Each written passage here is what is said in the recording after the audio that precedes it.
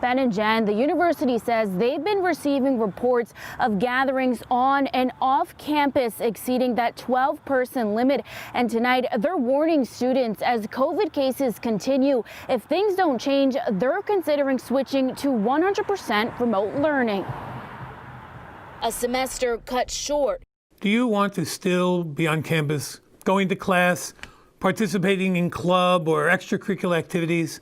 Or do you want to be at home with online learning?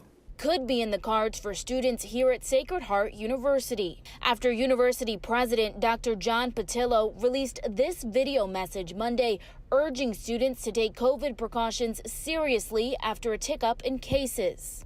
Hopefully you don't get sent home, but you never know. The president urging those living on campus to stay on campus and those living off campus to stay off campus as much as possible. He also says students need to stop interacting with those outside their living circles and no parties. I know these requests may seem unreasonably harsh, but again, we are at a real point of decision about the future of the semester on ground. For those of you who want to remain on ground, we need change.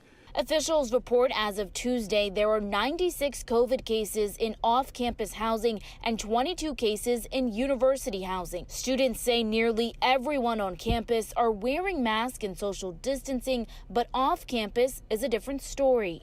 After seeing the president's message, honestly, there's a lot of schools out there that have closed down and aren't even attending school anymore. And a lot of us need to actually take precaution and start wearing our masks. A lot of people aren't taking it super seriously, and if we want to stay on campus, then we should follow social distancing and wear our masks so that we get to stay here for the full semester. While some students point out Sacred Heart is doing better than other universities. We're at a pretty good place right now in terms of our COVID numbers, especially compared to other schools like Providence and UConn who have much higher numbers than us, given they have much larger student bodies too. But we cannot continue this way and remain business as usual. People just need to be more careful if you don't want to get sent home.